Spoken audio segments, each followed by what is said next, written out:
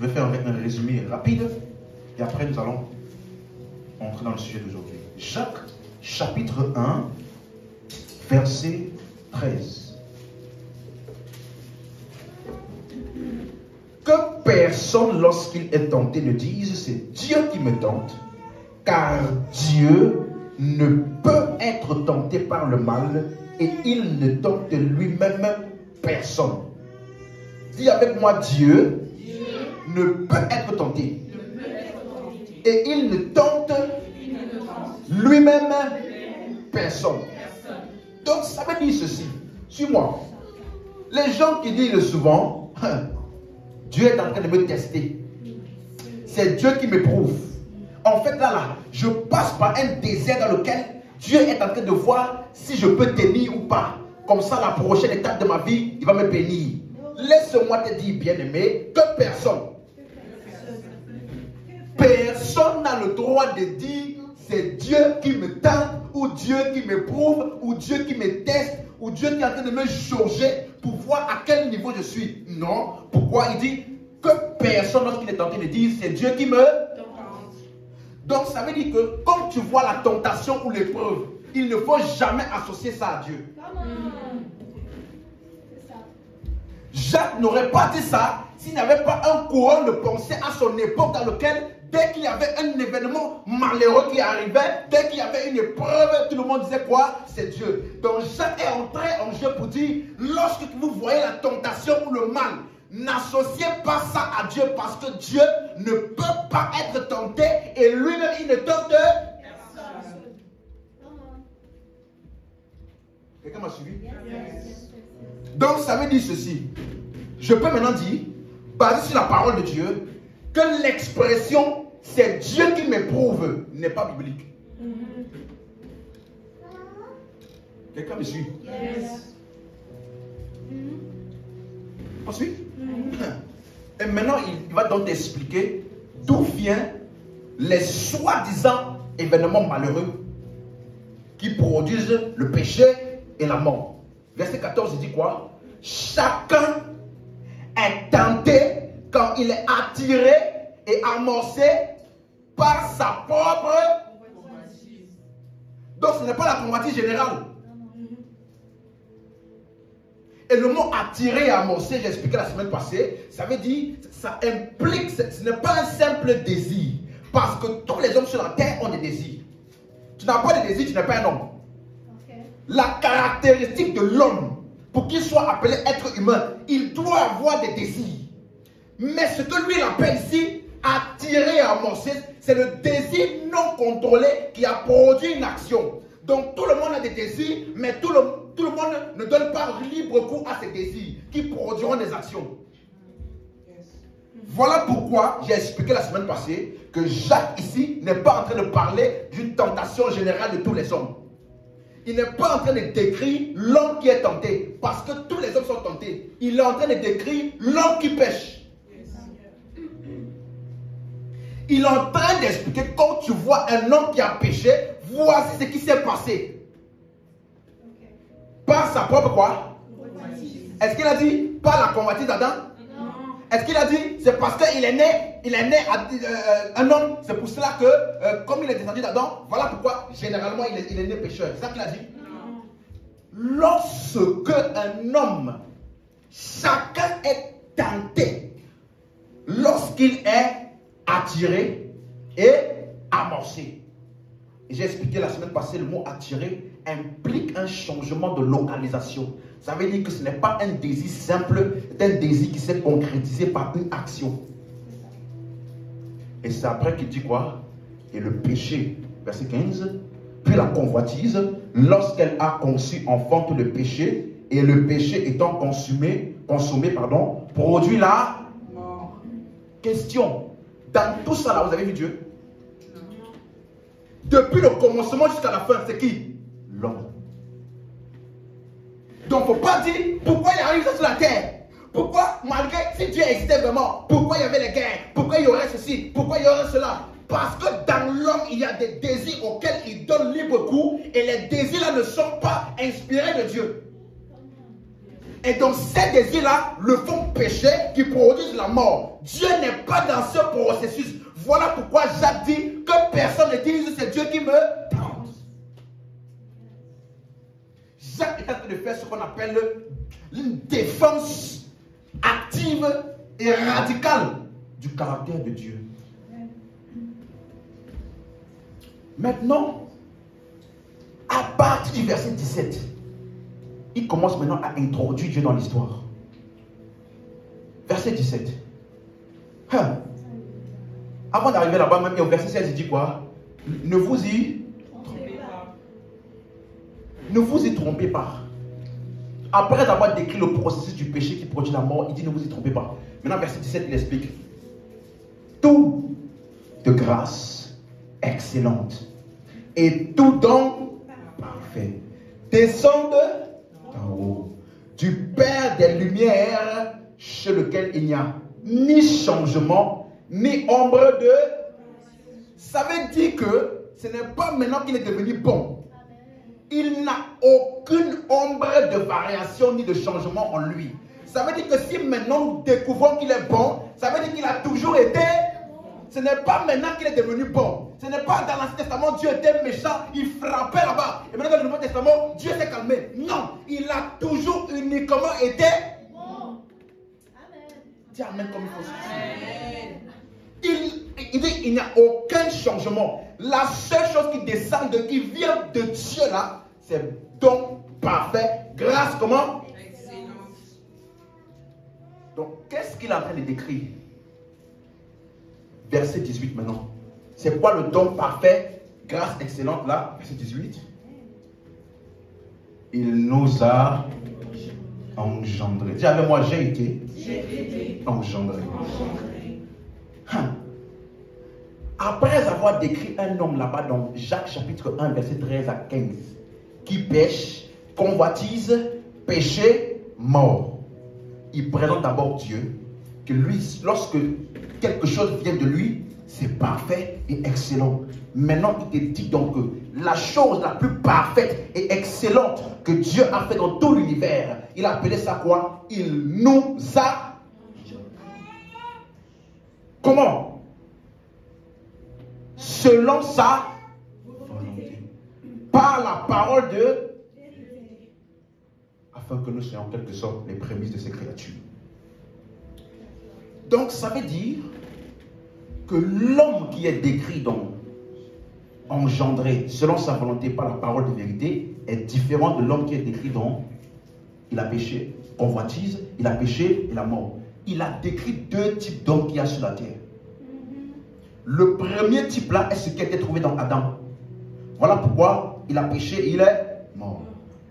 Dieu a dit le jour où tu mangeras de cet arbre là, tu mourras. Donc ce qui s'est passé dans l'histoire d'Adam là, c'est ça que Jacques est en train de révéler ici.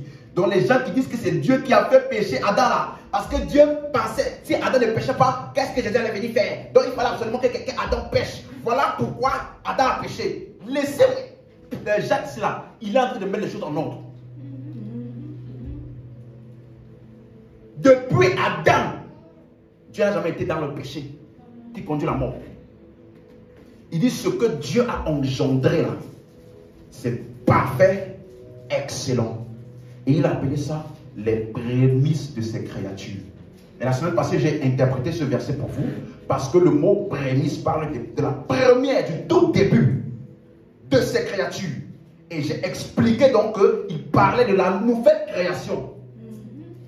Quand Dieu dit créons l'homme à notre image, à notre ressemblance, ce n'est pas tous les hommes. C'est ceux qui sont en Christ. Parce que la Bible nous enseigne que l'image de Dieu, c'est Christ. Quelqu'un me suit? Va chercher dans toute la Bible. Si une fois tu trouves le mot Adam a été créé à l'image de Dieu,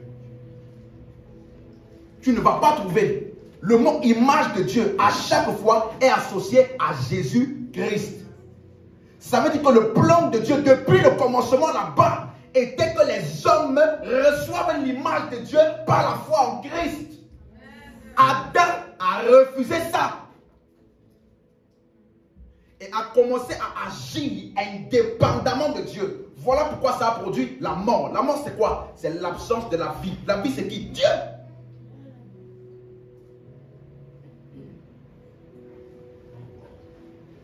Si tu suis, dis Amen. Amen. Maintenant, après avoir expliqué que nous, la nouvelle création, nous sommes les premiers de cette créature, c'est nous que Dieu a engendrés, ceux qui ont Jésus-Christ en eux, il dit maintenant, verset 22, mettez en pratique la parole et ne vous bornez pas à l'écouter en vous trompant vous-même par de faux raisonnements. Ne vous bornez pas à l'écouter en vous trompant avec de faux raisonnements. Et j'ai expliqué que le mot tromper par de faux raisonnements est un mot grec paralokizomai, qui veut dire agir en dehors de toi. En d'autres termes, tu es un homme, mais tu essaies de vivre comme un singe ou comme un animal. En fait, tu es un homme, mais dans ton comportement, dans ta vie là, on voit les attitudes d'un animal.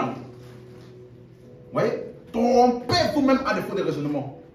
Pourquoi est-ce qu'il disait ça? La suite. Car si quelqu'un écoute la parole et ne la met pas en pratique, il est semblable à un homme qui regarde son visage, dans un miroir, pardon, son visage naturel, et qui après s'être regardé s'en va et oublie aussitôt qui il était. Verset 25. Mais celui qui aura plongé les regards dans la loi parfaite, la loi de la liberté, et qui aurait persévéré, n'étant pas un auditeur oublié, mais se mettant à l'œuvre, celui-là est heureux dans son activité. Donc, en tant qu'enfant de Dieu, tu n'es pas l'homme qui a été décrit dans verset 13 à 15. Ce n'est pas toi. Nous, c'est nous qui nous a engendrés par la parole de vérité. Mais, Jacques te met en garde. Parce que, même si tu es en Christ, tu peux agir. Pourquoi? Parce que tu te trompes par le faux. Vous suivez maintenant? Quelqu'un suit? Donc, ça veut dire ceci. Dans tous les cas, même lorsque tu reçois Christ en toi, il n'a pas annulé ta volonté. Il n'a pas annulé ton libre arbitre. Il n'a pas annulé complètement. Donc, tu peux encore faire le choix, malgré que tu as la nature de Dieu là, de vivre ou alors de marcher comme celui qui n'a pas Dieu là.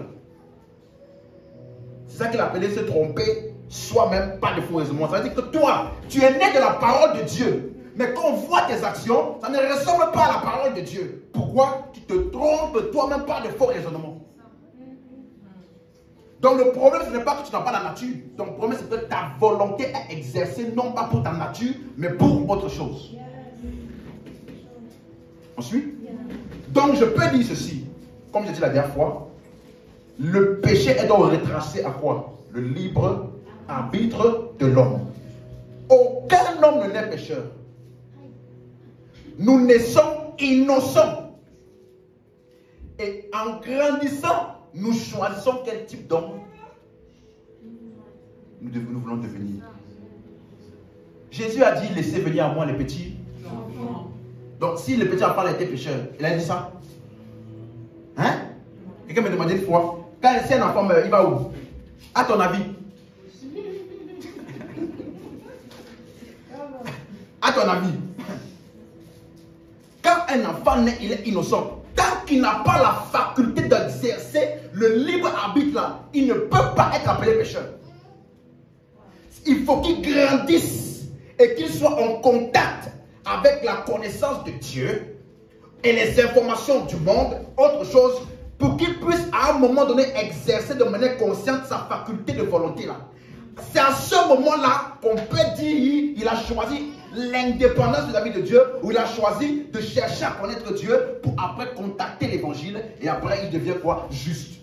Ou alors il rejette ça parce que certaines personnes, quand j'évangélise, ils me disent, depuis mon enfance, on m'a toujours dit, Dieu n'est pas bon, je ne veux pas ça, c'est les idées. Donc ce sont des mauvaises informations qui sont arrivées jusqu'à lui, qu'il a implémentées et qu'il a choisi de suivre. Donc, pécheur là, c'est un choix. Je n'ai pas dit amen. Et donc, j'ai commencé à expliquer donc. Si donc on retrace le péché au libre arbitre, ma question est, qu'est-ce que Adam avait donc fait? Romains 5. Aujourd'hui là, je vous en prie, je demande une attention totale. Parce que ce qu'on a fait la semaine passée, c'était l'échauffement. Maintenant, là, on commence à rentrer dans quelques technicalités. Donc, il faut que tu sois attentif. Du début à la fin. Romains chapitre 5.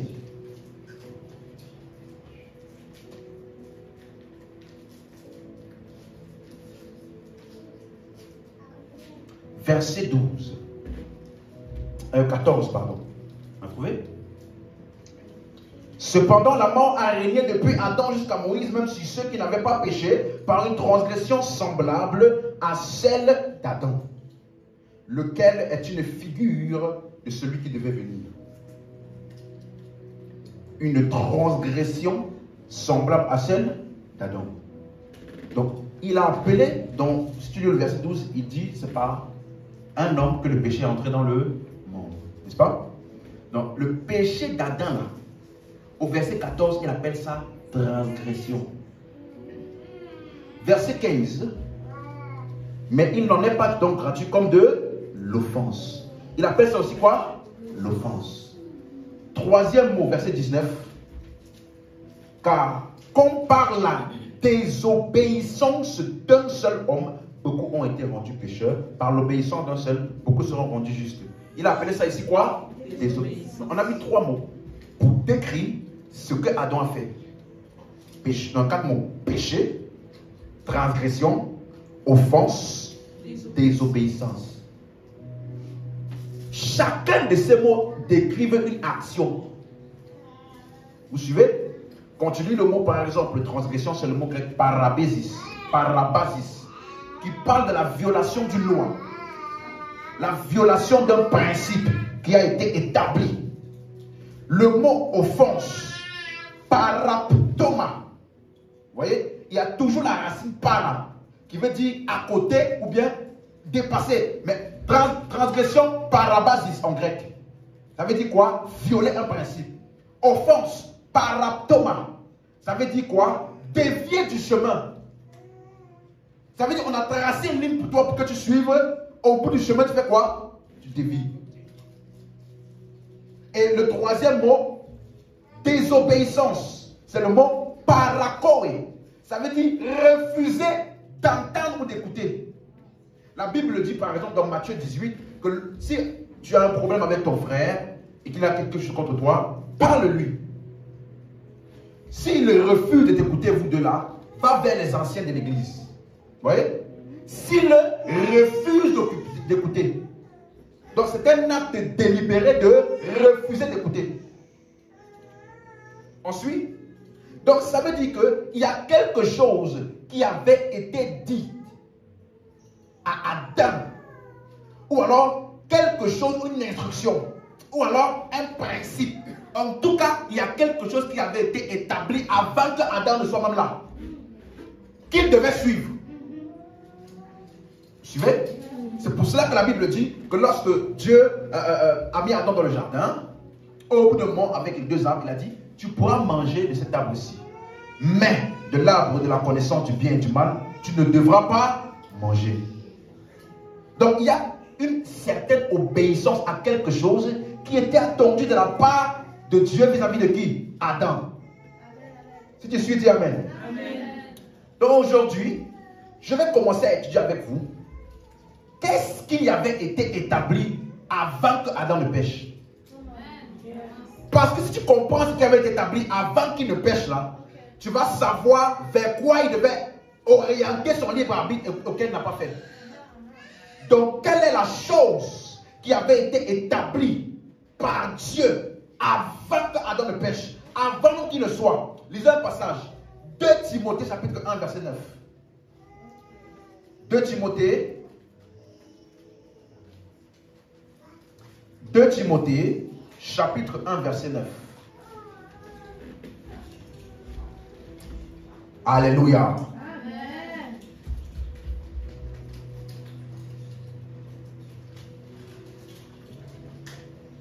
C'est bon? Ok. Là, soyez attentifs s'il vous plaît. Qui nous a sauvés? Qui nous a quoi? Et en parlant de Dieu.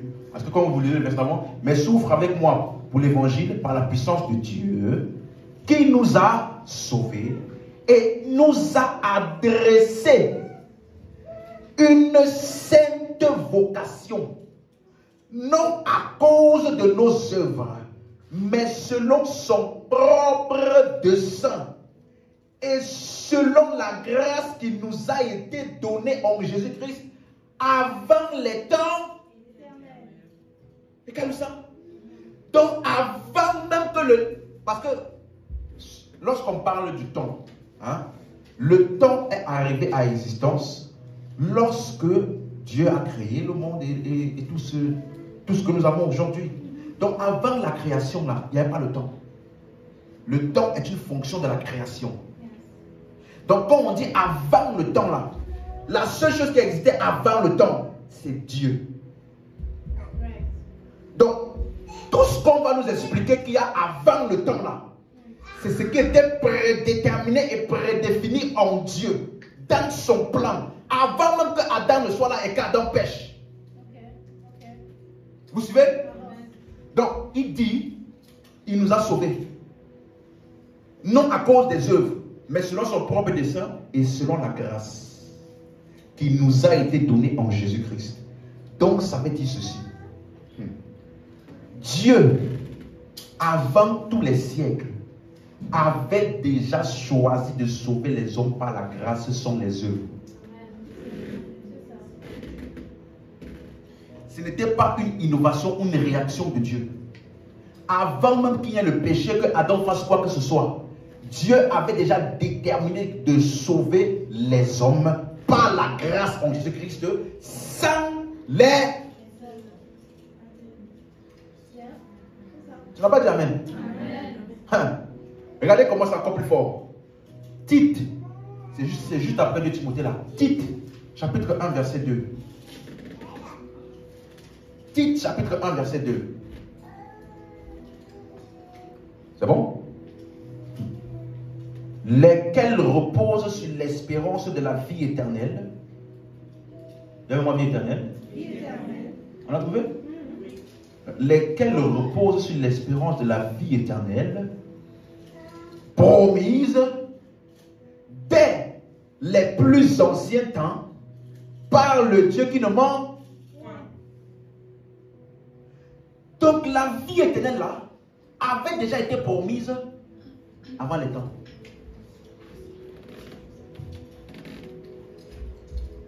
Quelqu'un suit?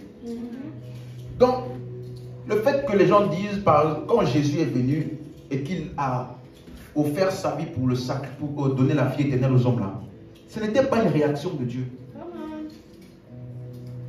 On dit que la vie éternelle avait été promise pour avant les...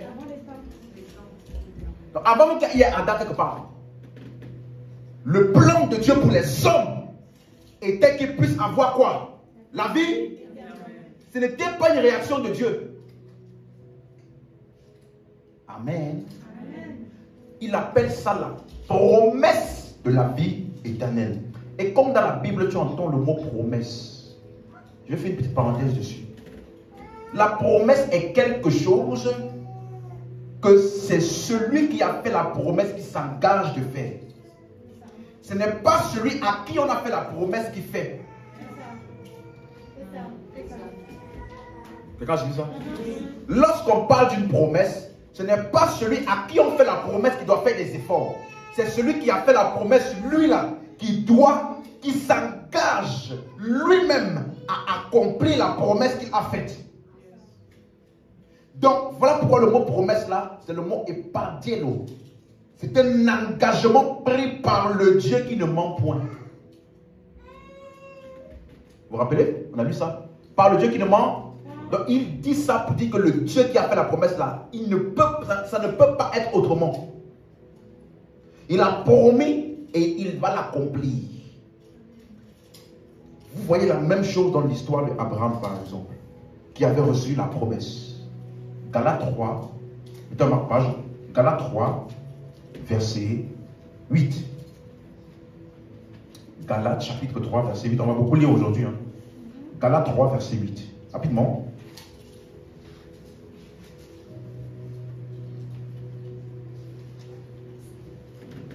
Aussi l'Écriture, prévoyant que Dieu justifierait les païens par la foi, a d'avance annoncé cette bonne nouvelle à Abraham.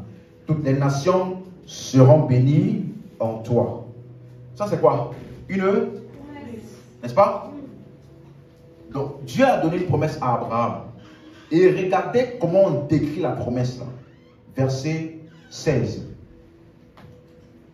Or, les promesses ont été faites à Abraham et sa postérité. Il n'est pas dit aux postérités comme s'il s'agissait de plusieurs, mais en tant qu'il s'agit d'une seule. Et à ta postérité, c'est-à-dire à Christ. Donc la promesse qu'on a donnée à Abraham parlait de qui? Ça parlait d'Isaac? Ça parlait de qui? Ok. Donc la promesse là parlait de Christ. Verset 17. Voici ce que j'entends. Une disposition, d'autres versions disent un testament. Une disposition que Dieu a confirmée antérieurement ne peut pas être annulée et ainsi la promesse rendue vaine par la loi survenue 430 ans plus tard. Donc la venue de la loi n'a pas annulé ce que Dieu avait déjà confirmé bien auparavant. Ensuite, et le mot confirmer là, ça veut dire donner une garantie. Donc, Dieu a donné une garantie à Abraham d'accomplir sa promesse là en Christ. Quelqu'un suit? Dieu a donné une garantie à Abraham d'accomplir sa promesse en Christ. Comment est-ce qu'il a fait ça? Hébreux 6. Là, j'ai fait une parenthèse exprès pour vous donner les caractéristiques de ce qu'on appelle une promesse. Et quand Dieu donne une promesse, quelle est la caractéristique de cette promesse-là? Hébreux 6, verset 13. C'est bon? C'est bon? La Bible dit, lorsque Dieu fit la promesse à Abraham, ne pouvant jurer par un plus grand que lui, il jura par lui-même. Waouh! Dis-moi, il jura par lui-même. Ça va devenir très clair par la suite. Verset 14. Et il dit, certainement je te bénirai et je multiplierai ta postérité. Et c'est ainsi qu'Abraham, ayant persévéré, obtint l'effet de la promesse. Verset 16. Or, les hommes jurent par celui qui est plus grand qu'eux, et le serment est une garantie qui met fin à tous les différends. Suis-moi, je vais t'expliquer qu'est-ce qu'il est en train de dire. Il est en train de dire que les hommes là, lorsqu'il te promet quelque chose, un homme, pour être sûr qu'il n'y ait aucun différend, aucune opposition, aucune contradiction, aucune contestation entre vous là, qu'est-ce qu'il fait? Il fait un serment. Il jure. Je me rappelle quand on était petit, on disait, écoute, la semaine prochaine, je te donne 10 €. Je jure au nom de Dieu. Ou alors, sur la vie de ma mère. Sur la vie de ma mère, je vais te ramasser. En fait, si te dis, écoutez bien ce que je vais dire maintenant. Si te dis simplement, je vais te donner 50 €, c'est entre vous deux. Mais quand il jure par quelque chose qui est plus grand que lui là, ce n'est plus entre vous deux. C'est entre lui et l'entité à laquelle il a juré. Parce que s'il n'accomplit pas sa promesse là, c'est l'entité là qui va le faire payer. Donc la promesse là, ce n'est plus entre vous deux. C'est entre lui et la divinité ou l'entité à laquelle il a promis là. Vous suivez? Donc c'est l'entité là qui garantit que je suis sûr que lui là, comme il a peur de l'entité là, il va me donner ce qu'il m'a dit. Maintenant, je t'explique ce que Dieu a fait. Dieu est ici. Abraham est ici. Dieu dit à Abraham, je vais te donner une postérité dans laquelle les nations de la terre seront bénies. Et j'ai expliqué que le mot béni, c'est le mot justifié ou sauvé.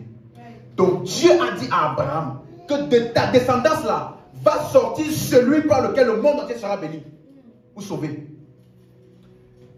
Mais comme Abraham est un homme, il faut qu'on utilise un système auquel il peut s'identifier pour qu'il puisse croire en ce que je lui ai dit là, sans doute. Donc qu'est-ce que Dieu fait? Ah, Dieu se rappelle que pour les hommes là, pour qu'il n'y ait plus de différence entre les hommes, qu'est-ce qu'on fait? Un serment, qu'est-ce qu'on fait? On jure. Dieu ne pouvant pas jurer par quelqu'un plus grand que lui, qu'est-ce qu'il a fait? Il a juré par...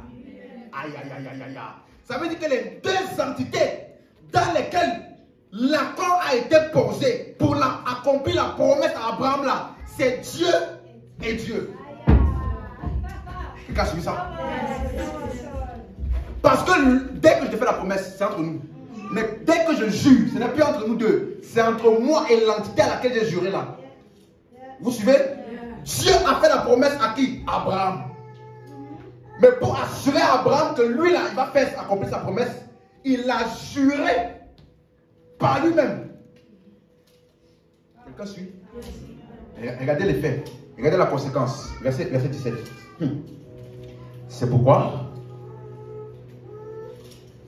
voulant montrer avec plus d'évidence aux héritiers de la propriété, l'héritier, ça veut dire que dans ce cadre-là, celui à qui on fait la promesse là n'est pas dans l'accord. Il est simplement l'héritier, le bénéficiaire. Hein? Donc il dit, Dieu voulant montrer aux héritiers de la promesse l'immutabilité de sa résolution intervint par un... Quelqu'un suit? Il dit l'immutabilité de sa résolution. Ça veut dire ce qu'il a résolu de faire là, c'est inchangeable. Et pour montrer ça à Abraham, qu'est-ce qu'il a fait? Il a intervenu par un serment. Et regardez maintenant le verset 18. Alléluia. Oh mon Dieu, merci Seigneur. Verset 18. Afin que par deux choses dans lesquelles il est impossible que Dieu... Écoutez-moi. Deux choses comment? Si je fais la promesse à toi et je dis je jure au nom de Dieu, Dieu est immuable. Mais moi là, je peux faillir dans ma promesse. Hein? Donc ce n'est pas immuable entre nous. Ce n'est pas deux choses immuables. C'est Dieu qui est immuable. Moi là, je suis faillible. Mais la promesse que Dieu a faite à Abraham, c'est entre Dieu et Dieu. Donc par deux choses immuables qui sont impossibles de faillir, Dieu s'est assuré qu'il est impossible que la promesse là n'arrive pas à accomplissement. Tu as suivi ça? Ça veut dire que, écoute-moi, la promesse de Christ là n'a pas besoin d'un effort ou d'une intervention humaine. C'est Dieu lui-même qui s'est chargé lui-même d'accomplir la promesse qui disait que Christ devait venir pour sauver les hommes. Voilà pourquoi la Bible dit, au commencement était la parole a été avec Dieu et la parole était Dieu. Dieu là, lui-même, il est devenu chair. Il n'a pas eu besoin de l'aide de quelqu'un. Quelqu'un m'a suivi. Quelqu'un disait, il avait besoin de Marie. Si Marie refusait, il allait chercher quelqu'un d'autre. Vous suivez? Donc, lui-même, Dieu là, pour sauver les hommes, il fallait que ce soit un homme. Et comme Dieu a dit que c'est lui qui a accompli la promesse par lui-même là, il s'est chargé lui-même de devenir un homme. C'est pourquoi lorsque Abraham a douté, il est parti chercher Agar. Ça n'a pas arrêté la promesse là. Dis encore amen très fort. Donc ça veut dire ceci. Revenons maintenant dans le titre là.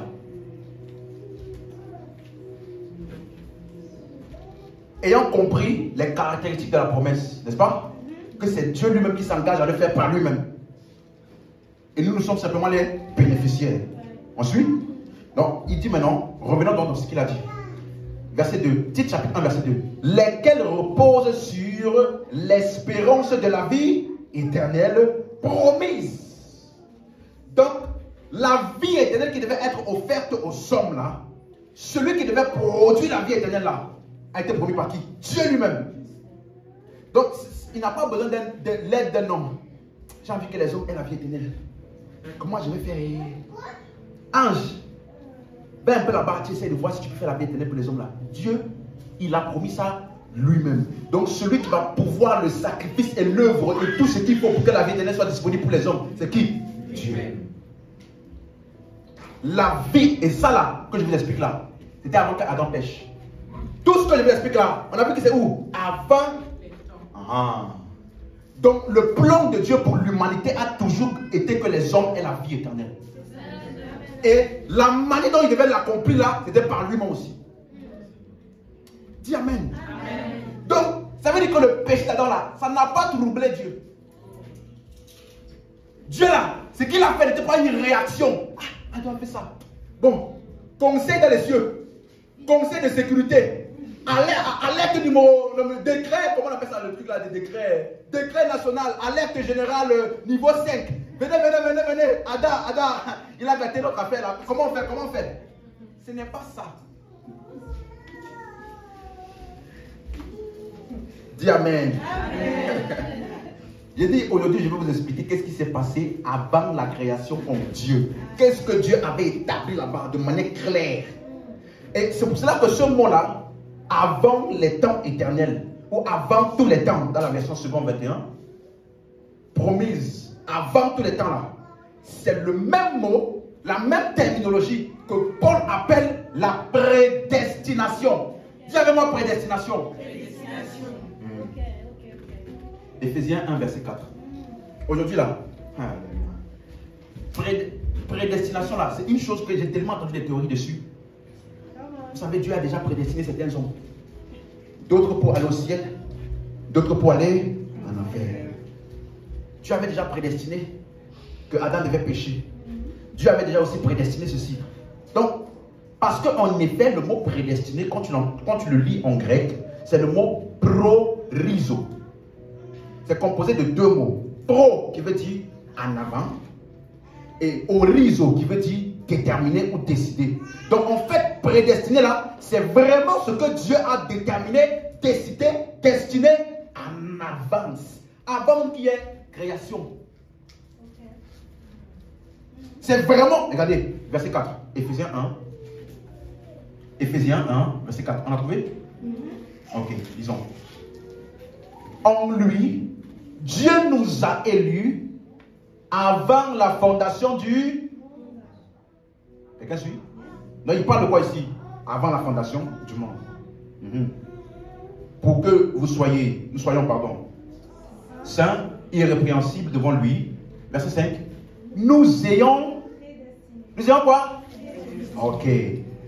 Dans son amour à être ses enfants d'adoption par Jésus-Christ, selon le bon plaisir de sa... Donc ici, là, il est en train d'expliquer ce qui était dans le plan de la volonté de Dieu avant la fondation du monde pour les hommes. Que tous les hommes de la terre, du monde entier, devaient être enfants de Dieu par Jésus-Christ. Allô? Il dit avant la fondation du monde là. Le plan de Dieu depuis toujours, depuis l'éternité, avant même qu'il y ait quoi que ce soit, a toujours été que pour qu'un homme soit enfant de Dieu, ça devait être par qui? C'est clair? Donc la venue de Jésus, l'œuvre de Jésus n'est pas une réaction. Dis Amen si tu suis.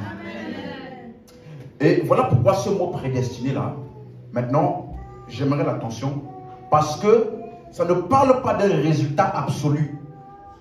Ça parle d'une intention. Ça veut dire que c'est ce que Dieu a décidé d'avance. Déterminé d'avance. C'est son... On a dit quoi? Selon le bon plaisir de ça. Donc c'est ce que Dieu veut.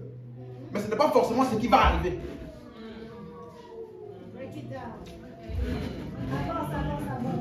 Est-ce que quelqu'un est toujours avec moi? Je suis parti trop loin. On est là. Ok. Je vais break it out. Pour comprendre mieux, hein, déjà, il faut faire une différence entre prédestination et la préscience de Dieu. Ce qu'on appelle connu d'avance. Vous voyez, quand dans Romains 8, verset 29, il dit ce qu'il a connu d'avance, il les a prédestinés à être semblables à l'image de son Fils, afin qu'il soit le premier-né d'une multitude de frères. Donc, connaître d'avance là ne veut pas dire j'influence ce que j'ai connu. Quelqu'un me demandait une fois, est-ce que Dieu savait qu'Adam devait pécher? J'ai dit oui, parce qu'il est Dieu. Il sait tout d'avance.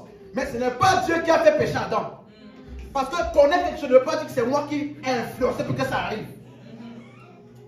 Hein? Je peux connaître ce qui va arriver en avance. Mais ce n'est pas moi qui influence ça arriver. Moi là, parce que je sais tout, je sais.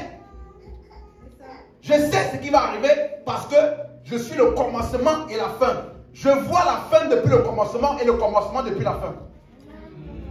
Donc rien ne me surprend entre temps. Mais ce n'est pas moi qui influence les événements qui sont arrivés.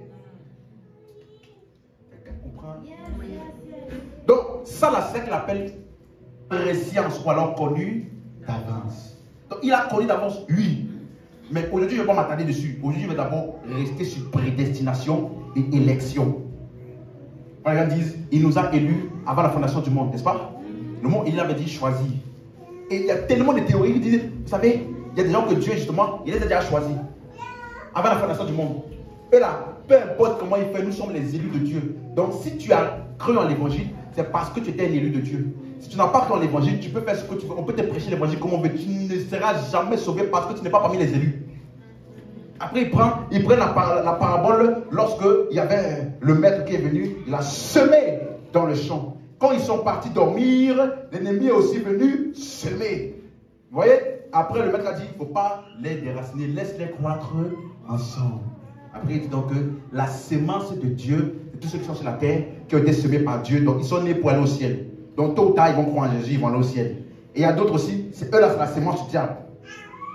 Donc eux là, tu peux leur prêcher l'évangile comme tu veux, ils ne vont jamais croire, ils sont nés pour aller en enfer. Prédestination et élection. Je vais vous montrer où est la faille dans ce type de pensée. Dis avance. Avance. Première chose, le mot prédestination, qui veut dire en grec prorizo, a été utilisé dans la littérature grecque par certains littéraires, comme par exemple Hippocrate. Hippocrate a utilisé ce mot pour les médicaments. Le médicament là, on te donne ça parce qu'on a une intention que ça te guérisse, mais ce n'est pas sûr. Hein?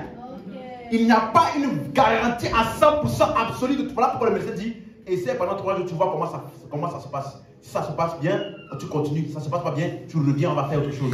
Donc, quand on donne le médicament, on a simplement une intention que tu sois guéri. Ça parle de l'intention de celui qui a donné. Ça ne parle pas du résultat qui est là, qui doit forcément être absolu. Il y a un autre littéraire qui s'appelle Origène. Il a utilisé ça pour la prédication. Orismo. Voici ce qu'il a dit. Je cite mot pour mot ce qu'il a dit. Il a dit, je ne prêche pas parce que je sais que les gens vont croire, mais parce que je veux que les gens croient. La prédication n'a pas un résultat absolu, mais la prédication est parce que celui qui prêche là veut. Donc ça veut dire que quand tu vois le mot prorismos ou prédestination, ça prend en compte la volonté de l'homme. Il y a ce que Dieu veut. Et il y a la volonté de l'homme qui peut interférer dans l'accomplissement de la chose. Est-ce que tu suis? Donc ça veut dire que ce mot-là ne parle pas d'une finalité, mais plutôt de l'intention de Dieu. Donc chaque fois que tu vas voir le mot prédestiné, sache que c'est l'intention de Dieu avant même la fondation du monde pour les hommes. Mais ça ne surpasse pas la capacité de volonté. Vous suivez? C'est la volonté de l'homme là qui fait que ce n'est pas garanti. Tu suis? C'est une intention. Il dit, je veux que les hommes, je prêche parce que je veux que les hommes croient. Pas parce que je sais que les hommes vont. Donc ça veut dire que la réaction de l'homme là, vis-à-vis de mon intention là, compte. C'est ça qui fait que ce n'est pas garanti. Vous suivez? Donc quand tu vas lire le mot prédestination là, c'est ce que Dieu a déterminé d'avance. Mais il ne faut pas croire que ça va s'imposer à tous les hommes comme ça. Veut, il ne veut pas, ils seront sauvés. Veut. Non, non, non, non, non, non, non. Ça parle uniquement de ce que Dieu veut. Allô? Ok. Maintenant, revenons dans Éphésiens 1, 5. Si tu as compris prédestination, allons maintenant voir élection. Et maintenant là, si tu dormais, réveille-toi. Si tu étais parti quelque part, reviens ici, vite. Parce que ici là, je suis sur le point de déconstruire certains types de pensées. Quand tu lis le mot, en lui, Dieu nous a élus. C'est le même mot pour dire choisir. Hein? Avant la fondation du monde pour que nous soyons saints et irrépréhensibles avant lui. Quand tu lis ça, tu peux penser que avant la fondation du monde là, Dieu avait déjà dit bon, toi tu es né au Congo, non tu vas pas au ciel. Non. Toi tu es français, ok viens tu sur le ciel. Avant la fondation du monde, tu peux pas penser que Dieu a dit bon, toi là, non, ta tête me dit rien. Toi non, tu vas là en affaire. Toi tu vas aller au ciel. Et maintenant, quand tu arrives sur la terre, en fait, tu es seulement en train de faire ce que tu avais déjà déterminé d'avance pour toi. Hein? Et donc, que tu veux pas, si tu es destiné à l'enfer, tu vas aller en enfer. Si tu es destiné au ciel, tu vas aller au ciel. Voilà, c'est comme ça que tu as fait. Quand tu dis ça, tu penses qu'il dit ça parce qu'il dit, il nous a élus avant la fondation. On peut penser ça, n'est-ce pas? Et si tu n'es pas dirigeant dans l'étude biblique, n'importe qui peut te blaguer avec un verset comme ça. J'écoutais un homme qui disait une fois, oui, vous savez, Dieu n'aime pas tous les hommes. Toi, tu es choqué. Mais il va te donner 4-5 versets. Toi-même, tu vas être d'accord avec lui. Parce qu'il dit, on va lire ça aujourd'hui. La Bible dit, j'ai aimé Jacob et j'ai haï. Et la Bible dit que Dieu a dit ça, quoique les enfants n'étaient pas encore nés. Ils étaient encore dans le ventre de leur mère. Donc, après qu'on a dit ça là, tu fais comment? tu vas discuter avec moi. La Bible dit, quoique les enfants n'étaient pas encore nés et qu'ils n'avaient fait ni bien ni mal, Dieu a dit à Rebecca, j'ai aimé et j'ai haï. Donc, ça veut dire que ça ne dépendait pas d'eux. Comprenez? On va arriver là-bas. Non, on va arriver là-bas, ne vous inquiétez pas. Mais je te montre seulement comment, sans compréhension biblique là, on peut tourner tout là. Et toi-même tu es perdu. Mais le mot élu là, suis très bien, est un mot grec eklegomai, qui est utilisé, c'est un choix conditionnel. Suis bien ça. Ça veut dire choisir le meilleur et le plus excellent pour une tâche. Ça veut dire qu'on te choisit parce qu'on a vu que tu es qualifié et capable. Hein? Vous me suivez? Donc ça veut dire que normalement, suis-moi, normalement, ce mot-là est incompatible avec la grâce. Mais tu vas voir dans la Bible l'élection de la grâce. Mais le mot élection là en grec, c'est ce qu'on utilise pour choisir les gens qui sont capables pour une mission. Donc si c'est la grâce là, tu n'es pas capable, tu n'as pas mérité. Comment il peut dire l'élection de la grâce?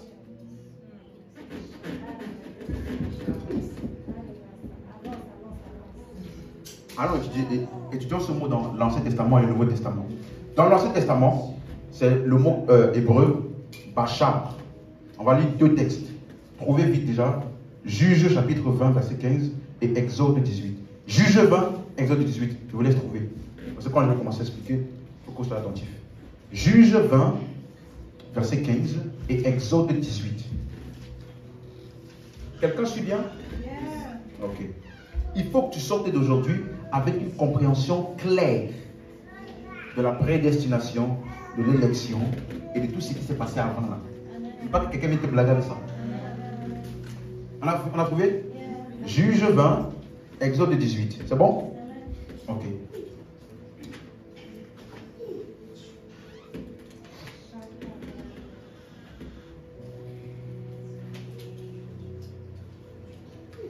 Ok. Verset 15. Juge 20, verset 15. C'est parti. Le dénombrement que l'on fit en ce jour des Benjamites sortis des villes fut de 26 000 hommes, tirant l'épée, sans compter les habitants de Gibéa, formant 700 hommes d'élite. Dis-moi homme d'élite. Le mot élite là, c'est le mot bachar qui veut dire choisi. On les a choisis parce qu'ils savent manier l'épée. Tu ne sais pas manier l'épée, on ne te choisit pas. Donc ce n'est pas un choix inconditionnel, il y a des conditions. Allons voir, Exode 20, verset 15. Ah, 18, merci. Exode 18, verset 25.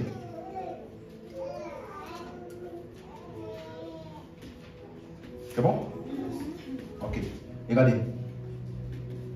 Moïse choisit des hommes. Des hommes comment? Ah. Parmi tout Israël, il les établit chefs du peuple. Donc, c'est ceux qui ont la capacité de gouverner qui sont choisis. Vous voyez? Donc, ce n'est pas un choix qu'on fait comme ça. Toi, j'aime, toi, je n'aime pas. Toi, non, toi, non. Il y a des conditions et des qualificatifs vis-à-vis d'une mission qu'on regarde avant de te choisir.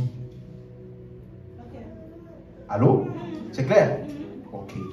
Maintenant, dans le Nouveau Testament, dans Acte 1, verset 24 à 25, lorsqu'il voulait remplacer Judas, Acte 1, 25, lorsqu'il voulait remplacer Judas, il devait choisir entre Joseph et Matthias. La Bible dit, verset 24, puis il fit cette prière: Seigneur, toi qui connais le cœur de tous, désigne lequel de ces deux tu as choisi, afin qu'ils aient part à ce ministère et à cet apostolat que Judas a abandonné pour aller en son lieu. Ils tirèrent au sort et le sort tomba sur Matthias qui fut associé aux 11. Donc il y avait un ministère et un apostolat et on a choisi. Quand tu dis ça, tu pensais que c'est un choix au hasard. Lis verset 21 pour voir les critères. Il faut donc que parmi ceux qui nous ont accompagnés tout le temps que le Seigneur Jésus a vécu avec nous, depuis le baptême de Jean jusqu'au jour où il a été enlevé du milieu de nous, il y en ait un qui nous soit associé comme témoin de ça. Donc ce n'était pas au hasard. Il fallait que tu sois là depuis le baptême de Jean jusqu'au jour où il a été enlevé. Si tu n'as pas rempli cette condition-là, on ne te choisit pas. Donc il y a des conditions. Donc ce mot-là est incompatible avec la grâce. Comment il peut dire selon l'élection de sa grâce? Acte 6. Acte 6. C'est la même chose. Lorsque il a commencé à avoir des problèmes dans l'église et qu'il fallait choisir 7 diacres pour servir à table. La Bible dit dans Acte 6, verset 3, c'est pourquoi, frère, choisissez, Ecclésiomai, choisissez parmi vous 7 hommes de qui l'on rend de bons témoignages, qui soient pleins d'Esprit Saint et de sagesse, que nous chargerons de cet emploi. Donc il y avait un emploi et il fallait choisir 7 personnes. Vous voyez? Et on a donné les conditions claires. Bon témoignage, rempli d'esprit, rempli de sagesse. Donc il y a des conditions. Vous suivez? Et maintenant au verset 5. Ils élurent Étienne, homme plein de foi, de cet esprit, Philippe, Procon, Nicanor, Timon, Parménas et Nicolas, prosélyte d'Antioche. Donc ils les ont élus ou choisis. C'est bon? Jusqu'ici là. Est-ce que c'est un choix au hasard? Ça veut dire qu'il doit avoir des conditions, des qualificatifs par rapport à une mission donnée. Voilà donc pourquoi. Suis-moi. Ce mot-là, élu, est utilisé pour Israël. Et donc aujourd'hui là, il faut que tu comprennes. Souvent les gens disent que Israël est le peuple élu, non? C'est un peuple spécial de Dieu. Et là, ils ont la grâce de la prospérité. Et là, tout ce qui touche, parce qu'ils ont la bénédiction d'Abraham. Et tout ce qui touche là, aujourd'hui, tu vas comprendre. Parce que Paul dit, en Christ, il n'y a ni juif, ni... En quoi ils sont peuple spécial?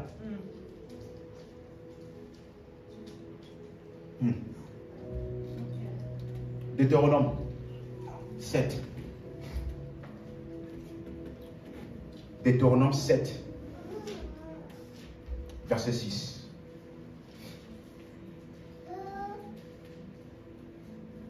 C'est bon? Deutéronome 7, verset 6.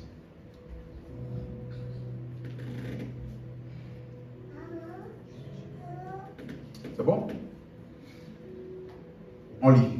Car tu es un peuple saint pour Dieu, pour l'Éternel ton Dieu. L'Éternel ton Dieu t'a choisi. Encore ce mot-là.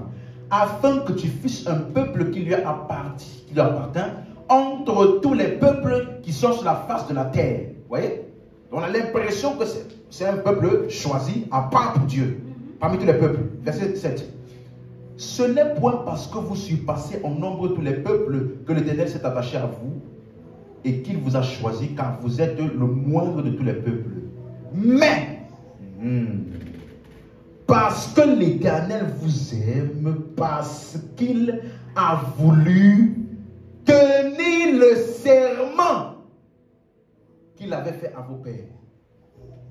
Rappelle. À qui est-ce qu'il a fait le serment? Et le serment parlait de qui? Hein? Ok.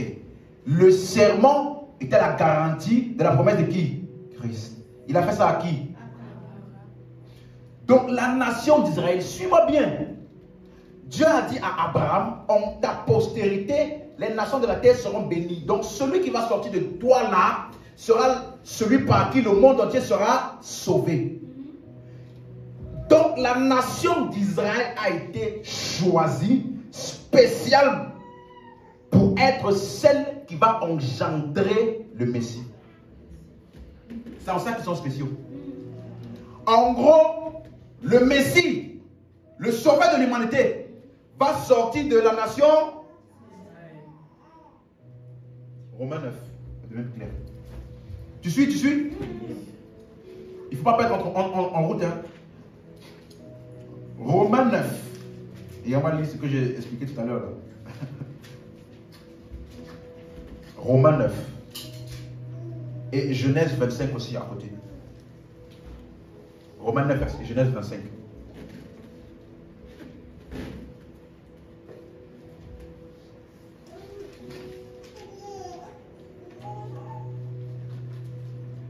C'est bon? Romains 9 et Genèse 25.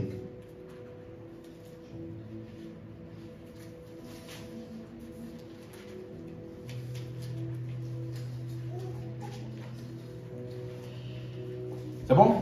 Ok, on y va. Verset 3. Romains 9, verset 3.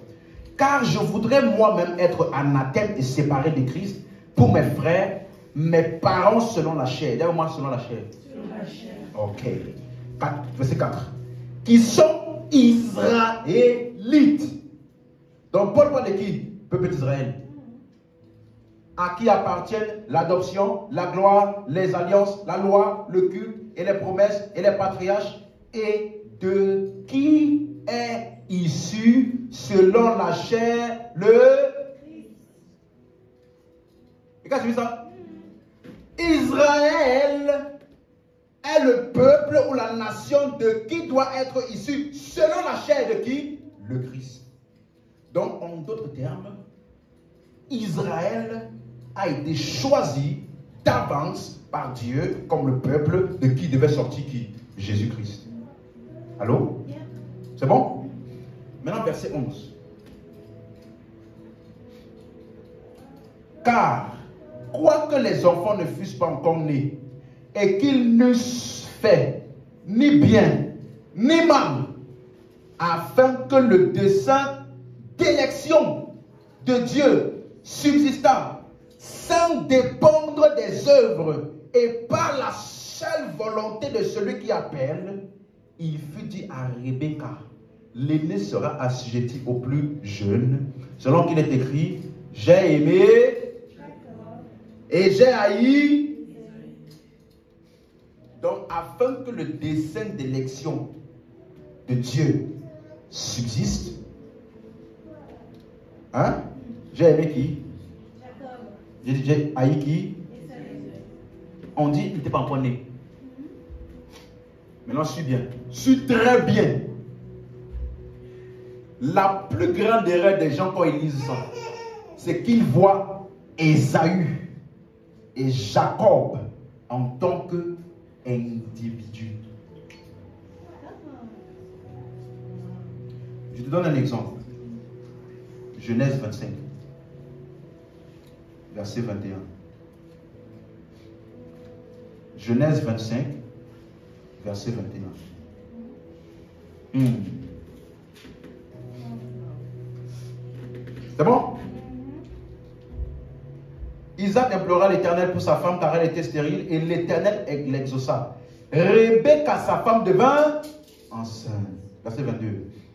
Les enfants se heurtaient dans son sein. Elle dit, s'il en est ainsi, pourquoi je suis enceinte? Elle alla consulter l'Éternel. Et l'Éternel lui dit, quoi? Deux quoi? Deux individus? Deux quoi? Donc, si tu fais l'erreur de voir ça là en tant qu'Ésaü, la personne d'Ésaü, et Jacob, la personne de Jacob, tu es à côté. Parce que c'est une allégorie pour parler de deux nations. Donc, Israël, en tant que nation, a été choisi pour être celle qui va engendrer le Messie. Ce n'est pas lui là j'ai choisi, l'autre là j'ai testé, lui là, non, pas du tout. C'est Israël qui est la nation qui a été choisie et pour avoir, ils ont le privilège, on va dire, et la responsabilité de produire le Messie. Romains 11. Je vais t'expliquer quelque chose. Tu vas comprendre pourquoi ça ne peut pas être des individus là. Disons, Romains 11, verset 1. Je dis donc, Dieu a-t-il rejeté son peuple? Loin de là. Car moi aussi je suis israélite de la postérité d'Abraham, de la tribu de Benjamin. En fait, Paul disait ça parce qu'à son époque, quand il parlait beaucoup, il n'y a ni juifs, ni grecs. Et les juifs là, quand Jésus est venu, ils ne l'ont pas reconnu. Et les gens pensaient que Paul disait que Dieu a rejeté Israël. Et Paul dit, mais mon ami, je suis quoi? Si Dieu avait rejeté Israël là, moi je suis quoi? Israël. Donc, même le Nouveau Testament là, c'était qui va dire? Ah, donc Dieu n'a pas rejeté. Allô? Paul disait qu'il ne faut pas mal comprendre ce que je dis.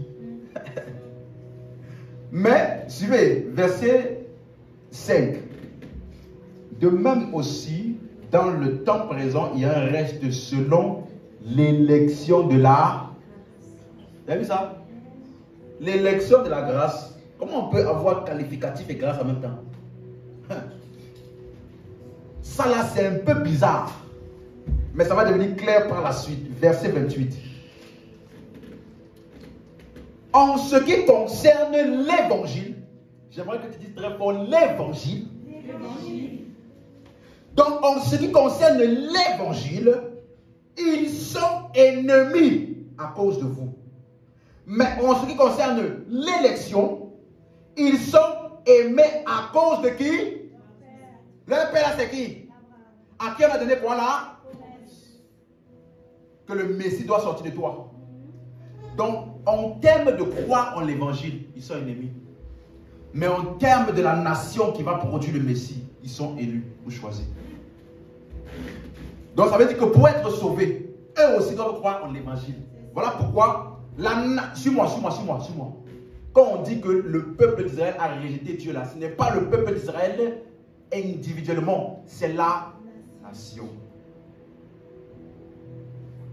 Donc chacun d'entre eux doit croire aussi en l'évangile un à un, comme nous. Mais en tant que nation qui doit produire le Messie, ils sont élus. Et je vais vous expliquer pourquoi. Parce que jusqu'ici, j'ai dit que le mot élu demande des qualificatifs. N'est-ce pas? Ok. Donc je peux dire, maintenant, tu me dis si tu suis. Si après la phrase là, tu es d'accord et tu as bien compris, tu dis amen. Hein? Ça veut dire que, comme le peuple d'Israël, en eux-mêmes, ils n'ont rien pour être choisis. Mais ils sont choisis ou qualifiés à cause de Christ. Il doit sortir d'eux. Donc, en fait, l'élection parle de Christ. Celui qui est élu là, ce n'est pas eux, c'est Christ. La raison pour laquelle on les appelle élus, c'est parce que l'élu doit sortir d'eux. Amen. Tu es avec moi ou je dois break it down? Break it down. Écoute, la Bible dit, l'ange a visité Marie, pleine de grâce. Il a dit, je vous salue Marie, pleine de grâce. Donc elle est pleine de grâce. Mais Marie a quoi de spécial pour qu'elle soit remplie de grâce?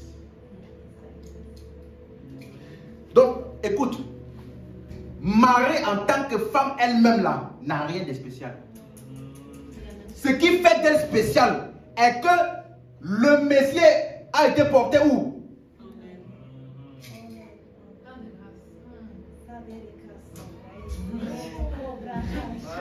Tu suis ou tu ne suis pas? Donc Marie, faut pas. C'est pour ça que je dis, avec tout le respect pour tous ceux qui ont la croyance catholique, le seul choix ou spécial de Marie là, c'est qu'elle a été choisie pour enfanter le Messie. Dès qu'il est sorti d'elle là, c'est fini. Il n'y a plus rien de spécial en elle. Voilà pourquoi elle-même là, le jour de la Pentecôte, elle est partie prier avec les apôtres pour recevoir le Saint-Esprit comme tout le monde. Elle n'a pas dit, ah bon, moi j'ai enfanté Jésus, donc voilà pourquoi Esprit de Dieu, on se connaît déjà, c'est à moi. Faut venir ici, je n'ai pas besoin de prier comme les autres là. Non. Non. Quand Jésus a été élevé, elle est partie comme les autres, elle est partie prier aussi. Parce que la seule élection qu'elle avait, c'était tant que le Messie est en elle. Après ça là, elle est une femme comme les autres. Le peuple d'Israël aussi, même chose. Ils sont spéciaux parce que le Messie doit sortir. Dès qu'il est sorti là, c'est fini. C'est fini. Si vous voulez être sauvé, être appelé le peuple de Dieu, maintenant que le Messie est là, c'est... Attends, il ne faut pas que je m'avance trop vite. Dès que le Messie est là, pour être appelé peuple de Dieu, hein, vous êtes une race élue, peuple choisi, nation sainte. Qui? Vous qui êtes en Jésus-Christ. Donc, vous êtes peuple de Dieu tant que le Messie doit arriver de qui? De vous. Dès qu'il est sorti de vous là, c'est fini. Donc, qu'est-ce qui fait leur élection? L'élu.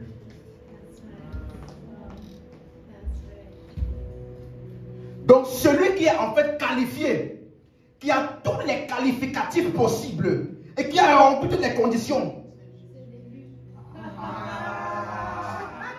Donc, ça veut dire que tu suis. Acclame pour toi-même. J'ai beaucoup prié pour ce message parce que maintenant je vois que. Non, non, acclame encore.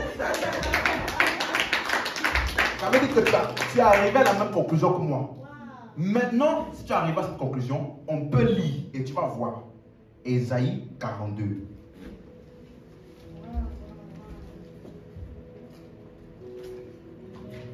Ésaïe 42. Verset 1. C'est bon? Allô? Oui, c'est bon. Ok. La Bible dit, voici mon serviteur que je soutiendrai. Mon élu en qui mon âme prend plaisir. J'ai mis mon esprit sur lui, il annoncera la justice aux nations. Donc, dans certains passages de l'Ancien Testament, vous allez voir que l'élu parle de qui? Israël, comme je vous ai montré. Mais vous allez aussi voir que l'élu parle de qui? Jésus. Donc, il fallait que je vous explique d'abord pourquoi eux, des fois, on les appelle élus là. Parce qu'en réalité, l'élu, c'est qui? Allô? Un autre passage. Luc chapitre 9. Luc chapitre 9. Verset 35.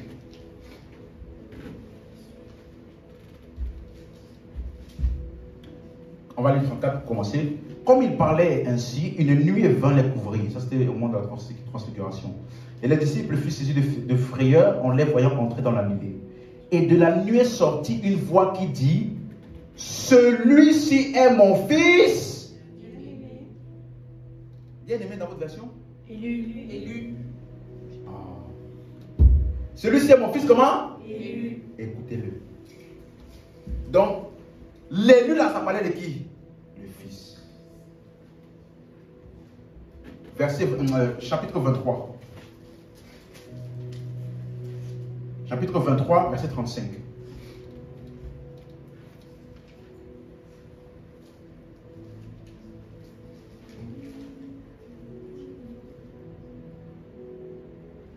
C'est bon? Ok, lisons. Le peuple se tenait là et regardait. Les magistrats se moquaient de Jésus, disant, il a sauvé les autres, qu'il se sauve lui-même s'il est le Christ, l'élu de... Hein? 3 mots. Le Christ, l'élu de Dieu, qu'il sauve. Ensuite, donc ça veut dire que eux là, ils ont vu Jésus sur la croix. Ils ont dit, s'il est vraiment le Christ, c'est-à-dire l'élu de Dieu, qu'il se sauve. Donc l'élu là est celui qui avait été choisi d'avance, basé sur ses qualificatifs, pour être celui qui va sauver le monde. Allô? Donc ce n'est pas un choix inconditionnel.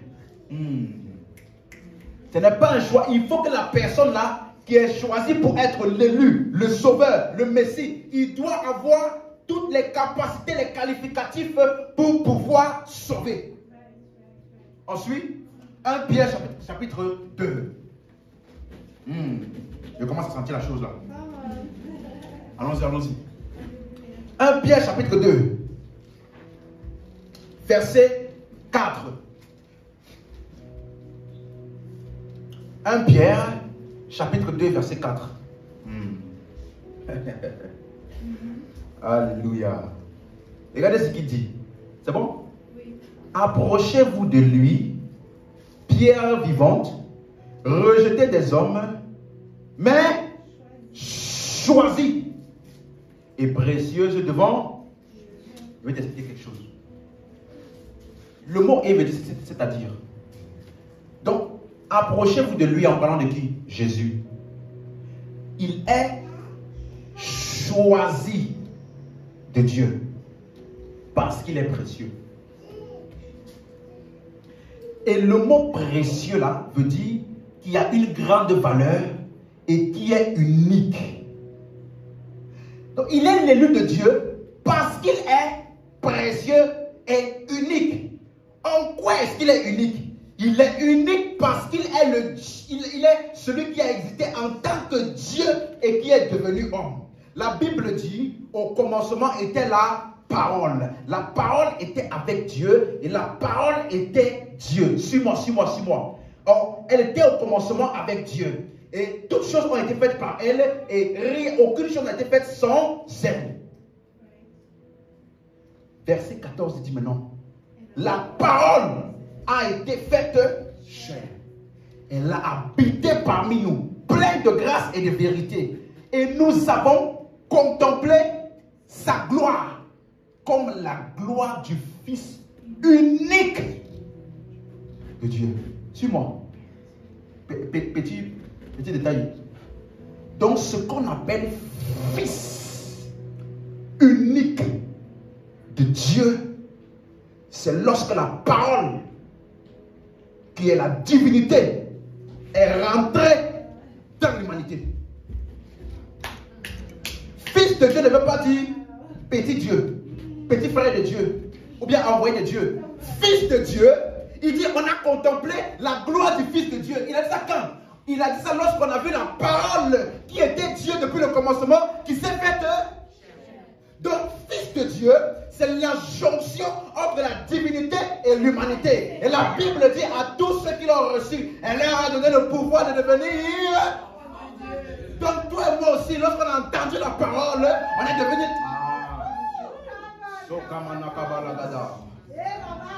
Dis avec moi, je suis la jonction entre la divinité et l'humanité, entre l'immortalité et la mortalité, entre l'invisible et le visible. Dieu habite en moi. Dieu habite.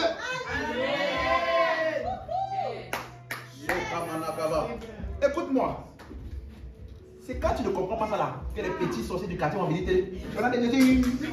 Oh, je vais briser, je vais te briser. Toi, tu vas faire 4 jours de jeûne de prière pour un petit sorcier du quartier. C'est quand tu ne comprends pas ça là. Écoute-moi. Maintenant, revenons à notre sujet. Suis-moi. Jésus il est unique parce qu'il est qualifié et approprié pour sauver. Pourquoi? Parce que ma Bible me dit dans Jonas 2, verset 9, le salut vient de l'Éternel. Donc le seul qui peut sauver, c'est qui? Dieu. Donc voilà pourquoi le seul qui a les qualificatifs pour être le sauveur du monde, c'est qui? C'est Dieu qui s'est fait.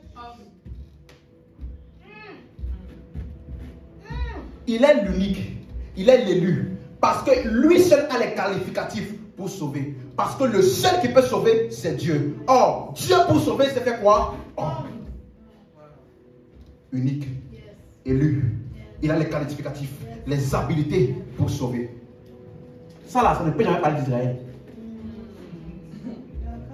Ils ont goûté de l'élu là. Le temps que le lit devait sortir d'où? Mais il y a une chose qui m'impressionne. Verset 4. Revenons au verset 4 là. Approchez-vous de lui, pierre vivante. Hein? Donne-moi Jésus est pierre vivante. Ok. Donc la pierre vivante là, c'est ça qu'on appelle choisie de Dieu et précieuse de Dieu. N'est-ce pas? Verset 5. Et qui? Vous-même. Qui? Vous-même.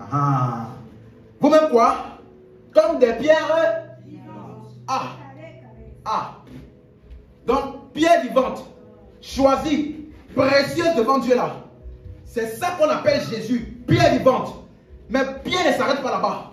Au verset 5, il dit non, vous aussi. Pierre vivante là, ce n'est plus seulement Jésus. Vous aussi, comme des pierres. Donc, voilà pourquoi au verset 9 maintenant, il peut vous dire, vous au contraire, vous êtes une race élue ou choisie, c'est la même chose. Vous êtes une race élue, un sacerdoce royal, une nation sainte, un peuple acquis, afin que vous annonciez les vertus de celui qui vous a appelé des ténèbres à son admirable lumière. En d'autres termes, le peuple d'Israël est tout ça là, on a dit ça au peuple d'Israël. On leur a dit ça. Tant que le Messie devait sortir d'eux. Donc ça veut dire que eux là, ils étaient l'ombre de ce que nous devons être. Lorsque nous sommes dans l'élu. Écoute-moi. Écoute-moi, je dis. Le Messie était en eux dans la chair. Ils étaient le peuple duquel le Messie devait sortir selon la chair. Donc, tant que le Messie était dans leur postérité là, selon la chair, ils étaient appelés élus. Nous maintenant, ce n'est pas seulement la chair qui est en nous.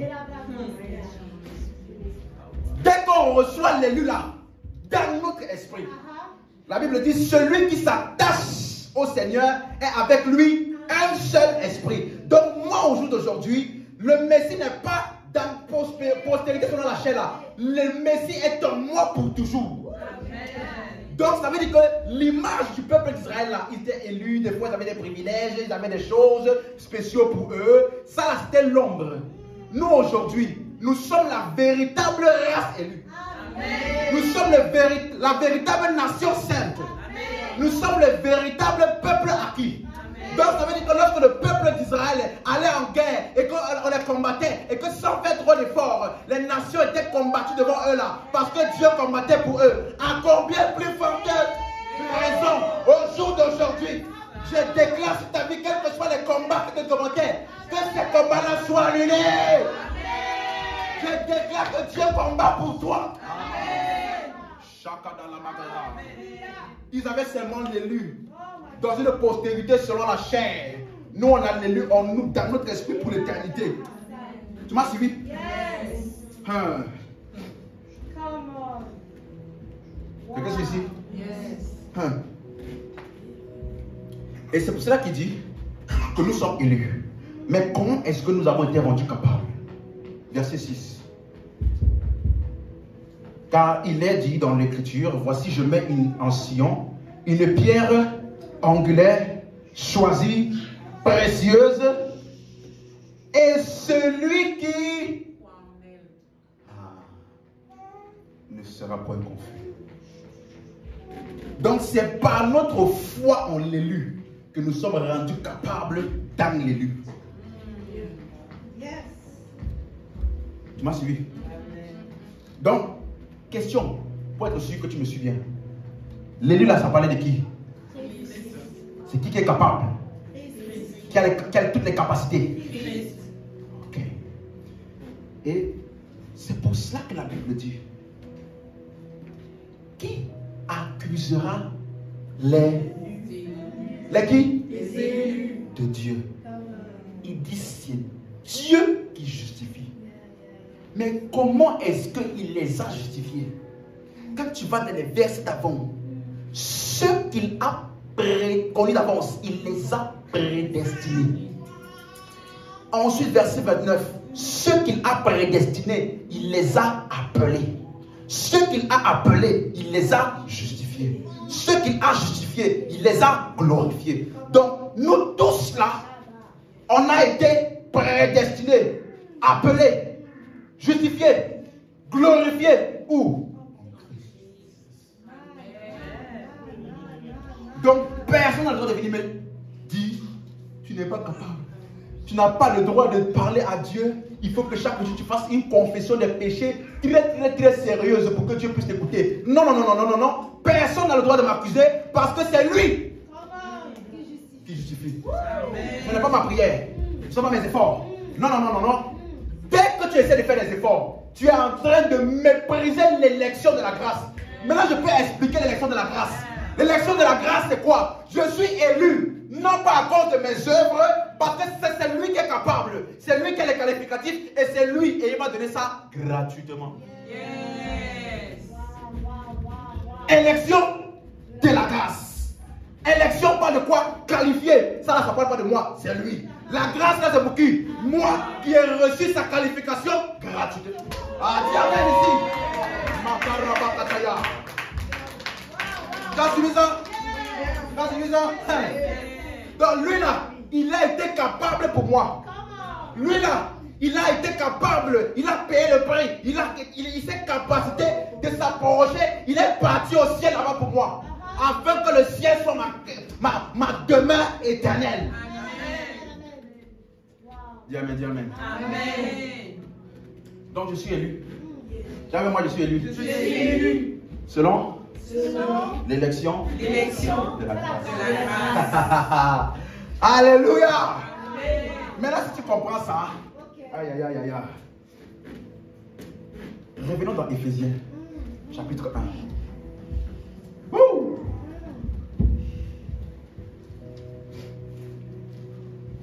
Éphésiens, chapitre 1.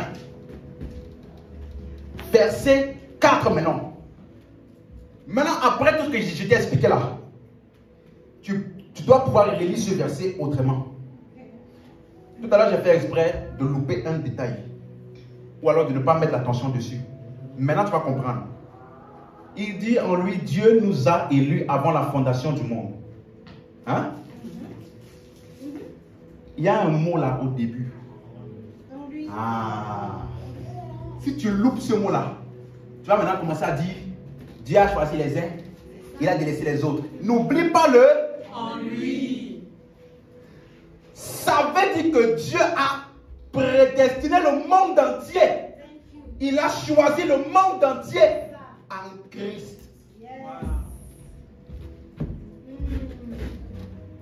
Donc, ça veut dire que...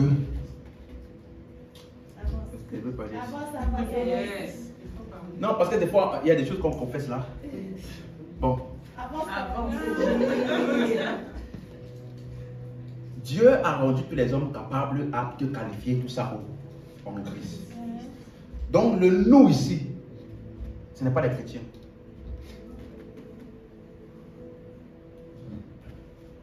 Allô?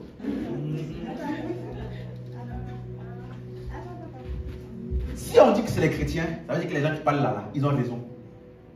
Parce que Dieu a choisi seulement les chrétiens. avant la fondation du monde, la personne était sauvée. J'ai dit que celui qu'il a choisi, c'est qui? Et lui, c'est qui? Christ. Donc, Dieu là, a choisi tout le monde où? Il n'a pas dit, toi, tu ne vas pas être sauvé, toi, tu vas être sauvé. Non, parce que celui qui lui l'a choisi là, c'est qui? Christ. Donc, dès que tu entres en Christ là, tu es dans le choix de Dieu. Donc, maintenant, qui peut entrer en Christ?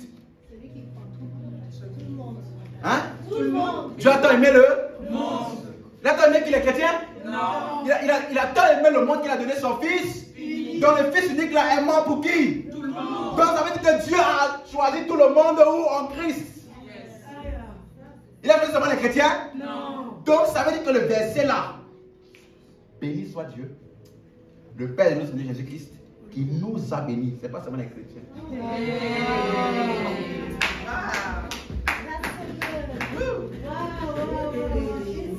Je continue ou je m'arrête?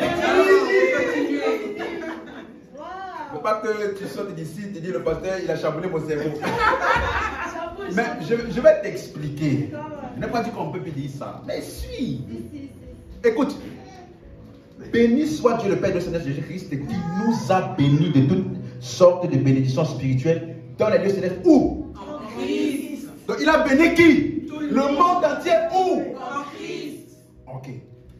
Il nous a, en lui, Dieu nous a élus avant la fondation du monde pour que nous soyons saints et irrépréhensibles devant lui.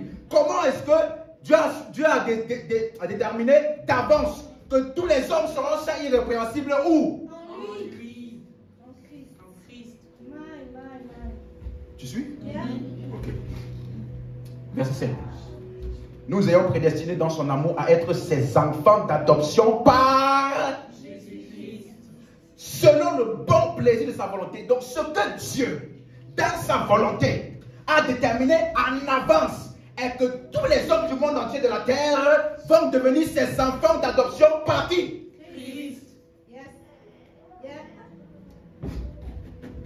6.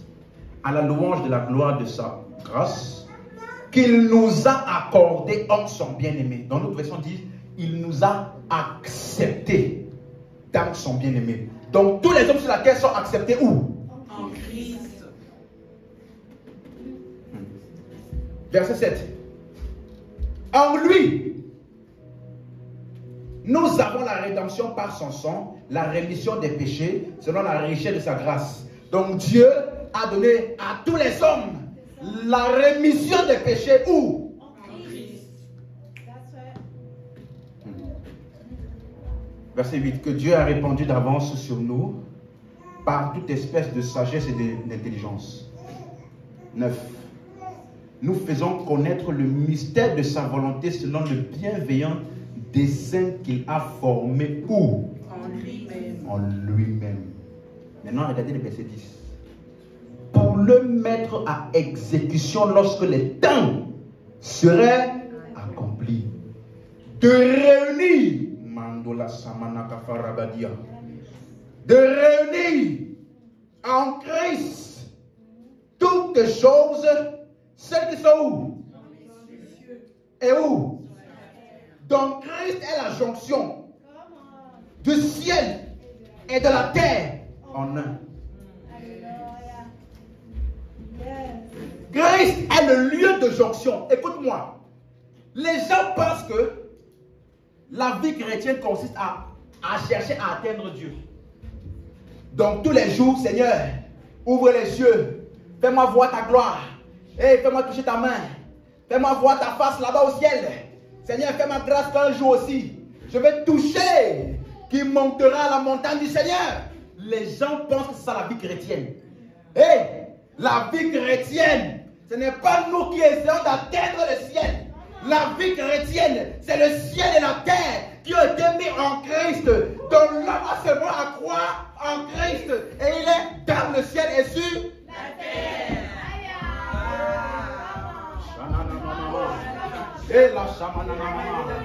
Donc dès que je suis en Christ là, si tu es en Christ et tu cherches à aller au ciel, tu as loupé l'endroit. On ne t'a pas bien expliqué là où tu es entré. Parce que là où tu es entré là, c'est en Christ.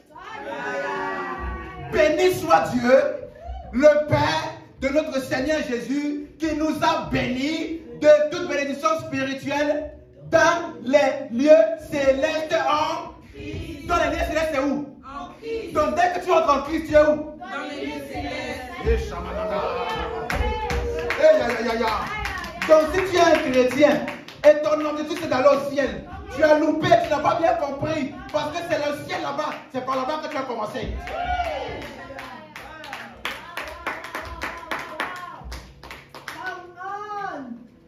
Revenir. Alléluia. Les hommes sur la terre, les réalités spirituelles, tout ça où?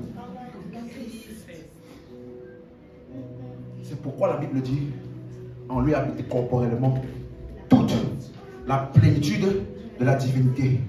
Et après il dit, vous avez tout pleinement où? En Christ. Donc dès que tu es en Christ là, tu n'as plus aucun manque. Et je vais même te choquer. Dès que tu entres en Christ, il n'y a plus rien qui vient du ciel pour toi. Break it down, my God. Donc c'est qui prie, Seigneur, ouvre les cieux. Ouvre le ciel. Ouvre les écluses des cieux. Fais pleuvoir. Fais pleuvoir. Ouvrez les cieux. Il n'y a plus rien qui va venir de en haut quelque part là pour ta vie. Parce que tout le ciel qui est en Christ, Christ est où? En moi.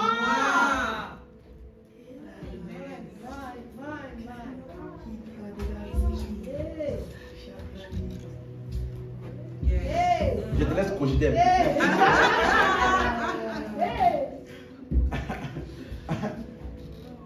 Quand tu ne comprends pas ce qui s'est passé par Christ là, c'est pour ça qu'il y a des gens, toute leur vie chrétienne, ils n'ont jamais compris Christ et ce qu'il a fait. Ils essaient d'atteindre des choses qui sont déjà en eux. Ils font des prières, Seigneur, fais-moi voir ta gloire. Tandis que les apôtres ont dit, nous avons contemplé sa gloire, la gloire du Fils unique de Dieu. Et le Fils là est maintenant où? En nous. Christ en nous, l'espérance de La gloire. Amen. Si tu pries comme Moïse, ça veut dire que tu n'as pas compris ce qui s'est passé en Christ. Parce que Moïse n'avait pas Christ. Toi, tu as Christ et tu pries comme Moïse qui voulait voir Christ qui est en toi.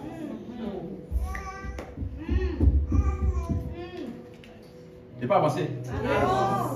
Ok. Verset 12. Verset 11, pardon. En lui, nous sommes aussi devenus héritiers, ayant été prédestinés suivant la résolution de celui qui opère toutes choses d'après le conseil de sa volonté. Écoute-moi. J'ai dit ici que quand on parle de prédestination, ça parle de l'intention. Tu m'as suivi? Donc, il ne faut pas faire l'erreur de lire tout ce que j'ai lu là. Et t'arrêter à là où je me suis arrêté en disant, Dieu a choisi tous les hommes en Christ. Donc tous les hommes sont bénis déjà. Ce n'est pas ce que j'ai dit. Parce que ça c'est l'intention. Il y a maintenant le verset 13 qui remet tout en place. Dis avec moi en lui. En lui. Ok. On voit maintenant qu'ici là, ce n'est pas tous les hommes. Parce que jusqu'ici, il a dit nous. Nous. On est là qui? Tout le monde. Verset 13 maintenant, il ne dit pas nous. En lui, vous. Ah. Changement d'audience. Qu'est-ce qui s'est passé? Après avoir entendu la parole de l'évangile de votre salut, en lui vous avez cru et vous avez été Scellé. Donc tout ce que Dieu a préparé et prévu d'avance en Christ prend effet pour moi lorsque je crois. C'est ça. Wow. Ce n'est pas automatique. En lui, il nous a choisis avant la fondation du monde. Ça là, c'est quoi? C'est le plan de prédestination de Dieu. C'est son intention pour tous les hommes. Qui va prendre effet efficace pour eux quand ils vont croire. Et par leur foi, cela sera scellé. Vous voyez que même Dieu dans toute sa toute-puissance, ne s'impose pas aux hommes. Il a toujours et va toujours laisser à l'homme le libre.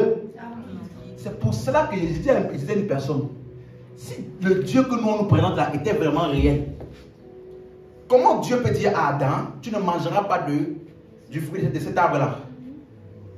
Et pendant qu'Adam était en train de manger, Dieu était comme ça, il regardait. Pourquoi tu n'as pas dit, Adam, arrête ça? Je t'ai parlé, non? Ne fais plus ça. Calme-toi. Calme-toi. Pourquoi tu n'as pas fait ça? Dieu lui a parlé et lui a donné le libre arbitre. Et Dieu s'est mis à côté. Pour laisser à l'homme le libre choix d'exercer son libre arbitre. Il ne va jamais s'imposer à ton libre arbitre. Voilà pourquoi je dis que je suis totalement en désaccord avec les gens qui disent j'ai l'appel de Dieu. Vous savez, quand Dieu m'a appelé là, ça ne marchait plus. Dieu a bloqué tout dans ma vie jusqu'à ce que j'ai accepté l'appel. Ça là, c'est le maraboutage. C'est la sorcellerie. C'est seulement les sorciers qui s'imposent. Écoutez-moi, vous savez que dans la Bible, la sorcellerie, la magie là, c'est une œuvre de la chair.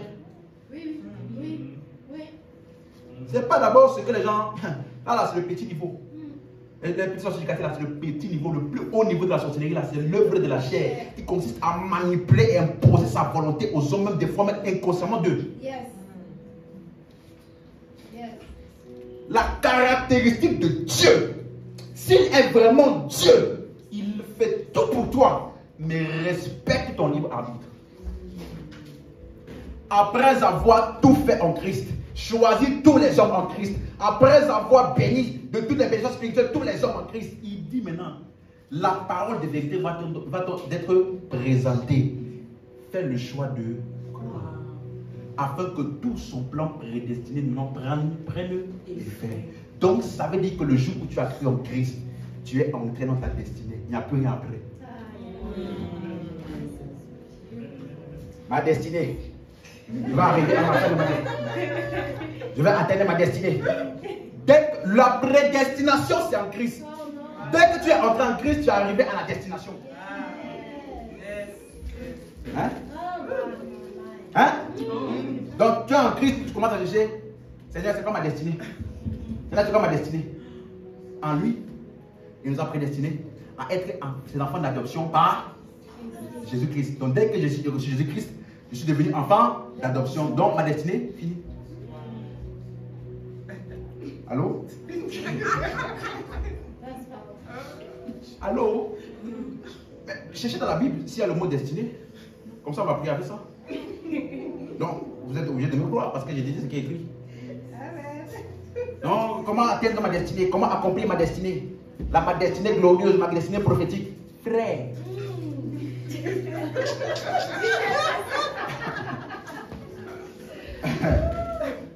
Bon.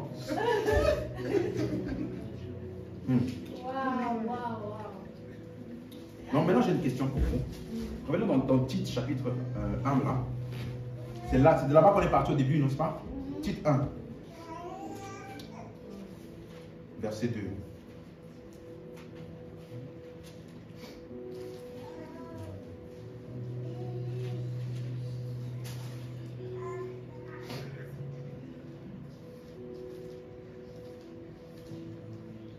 C'est bon? On est bon? Ok. Donc ça veut dire que l'intention, parce que quand il parle de la vie éternelle qui avait été promise dès les temps anciens par Dieu qui ne ment point.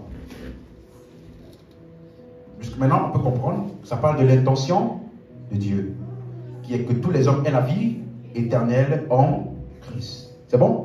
Ça là, c'était le plan de Dieu avant la création. La vie éternelle. Et donc, l'homme devait entrer en possession de cela par la foi. C'est clair? Là pourquoi au verset 3 il dit, et qui a manifesté sa parole en son temps par la prédication. Donc, après avoir établi son plan prédestiné, Dieu maintenant, pour que ce plan entre en vigueur pour toi, le moyen par lequel il le fait, c'est la prédication. Allô? C'est pour cela qu'après avoir accompli son plan, Dieu a parlé à Adam. Suivez? Donc, quand Paul parle comme ça, tu peux te poser la question. Il a vu ça où?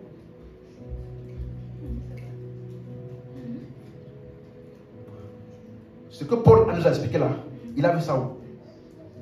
Il ne faut pas dire c'est l'esprit qui m'a conduit, c'est l'esprit qui m'a révélé. Non. Paul a dit, mon évangile, c'est la révélation du mystère. Donc les écrits de Paul, les épîtres, c'est l'explication claire de ce qui était codé dans l'Ancien Testament. Donc il a simplement pris et nous a donné ça de manière littérale et claire. Donc l'Ancien Testament, là, on appelle ça mystère. C'est un langage codé, métaphorique, figuratif. L'erreur de plusieurs de prendre ces écrits-là et d'interpréter de manière littérale. Pour dire, Adam est parti, il y avait un arbre. Il y avait plusieurs arbres. Il y avait un manguier. Normalement, Adam devait manger les manguiers. Je ne comprends pas Adam. Il y avait des manguiers, il y avait des pommiers, il y avait des papayers. Il y avait des... Mais Adam, pourquoi tu laisses tout ça là pour aller prendre un arbre quand tu as laissé? Adam, mange tout sauf ça. Qu'est-ce qui t'arrive, Adam? Est-ce que tu as fini déjà de manger tous les cocotiers? Est-ce que tu as fini déjà de manger tous les papayers? Est-ce que tu as fini de manger tous les manguiers pour aller chercher le seul arbre qu'on t'a dit de ne pas manger? Adam, pourquoi tu as fait ça? C'est quand tu lis la Bible de manière littérale là. C'est ça là, c'est le raisonnement qui tourne dans ta tête pendant que tu lis. Mais on te dit que depuis le commencement là, ce qui était là-bas c'était quoi? La vie éternelle. Que l'homme devait recevoir par la foi. Donc allons vérifier Genèse 1. Je vais simplement introduire, on finit la semaine prochaine. Genèse 1.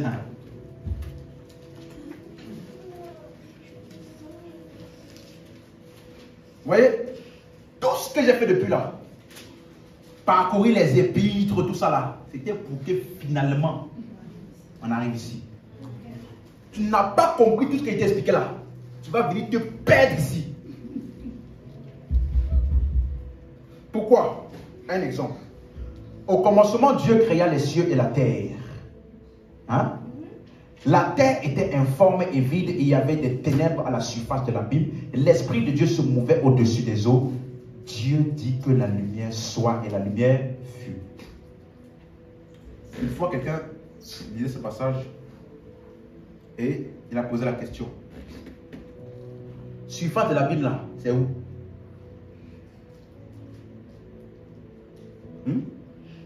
Dieu a créé les cieux et la terre. Hein? Après il dit, la terre était informe et vide. Et les ténèbres, il y avait des ténèbres à la surface de l'abîme.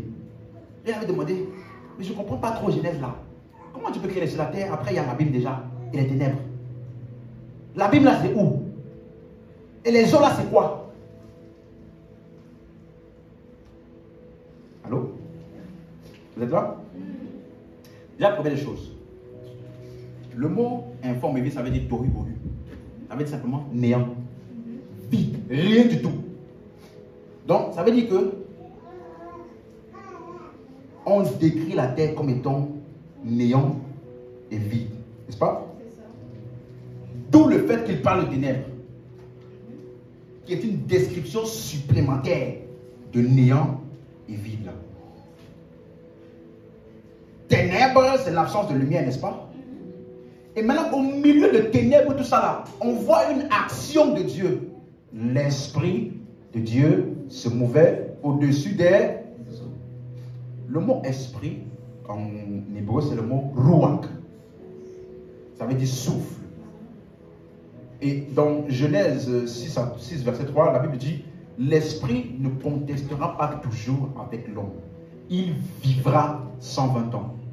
Donc l'esprit là symbole la vie. Parce que la durée avec laquelle l'esprit va contester avec l'homme détermine aussi la durée de vie. Donc l'esprit est symbole de quoi? La vie. Donc dès le départ déjà, quand on parle de l'esprit de Dieu, on commence à avoir la vie éternelle. Mais si tu ne comprends pas ce qui est expliqué depuis le débat là, tu vas penser qu'ici, c'était une rivière quelque part et l'esprit de Dieu a commencé à tourner là. Il dit qu'il emploie un langage figuratif et imagé. Pourquoi? Est-ce que Moïse était né ici? Donc comment il a fait pour savoir ça? Dieu lui a communiqué au travers d'une vision. Donc, vision veut dire langage figuratif qui nécessite une interprétation. Donc, nous, on voit ce que Moïse a vu et on interprète. Allô? Donc, maintenant, regardez. Ça va devenir plus clair. On dit, Dieu dit que la lumière soit et la lumière fut. Question. C'est le soleil ici? Non. Non. Parce que si tu lis verset 14 là, c'est là-bas qu'on a créé le soleil. Yes. Là-bas qu'on a créé les étoiles et la lune. Yeah. Donc, quelle lumière ici? Come on. Donc, ça veut dire que lumière et ténèbres là n'a rien à voir avec le jour qu'on voit ici. La nuit, ça n'a rien à voir. C'est un langage figuratif de quelque chose. Non, non. Qu'est-ce qu'il est en train de dire? Ok. Jean 1. Au commencement était là. Donc Jean commence maintenant à parler de Genèse avec un langage plus clair. Jean 1. Allons voir.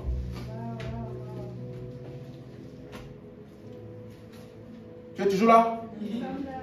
Ok. Jean 1. Regardez bien. L'autre là, dans Genèse, il a dit, les ténèbres étaient à la surface de où? De l'abîme. Hein? Et au milieu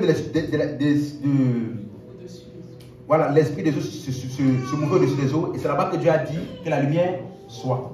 N'est-ce pas? Donc tu as l'impression que l'abîme, les eaux là, c'est des rivières ou des endroits. Hein? Allons en voir Jean. Merci beaucoup, Jean. Au commencement était là.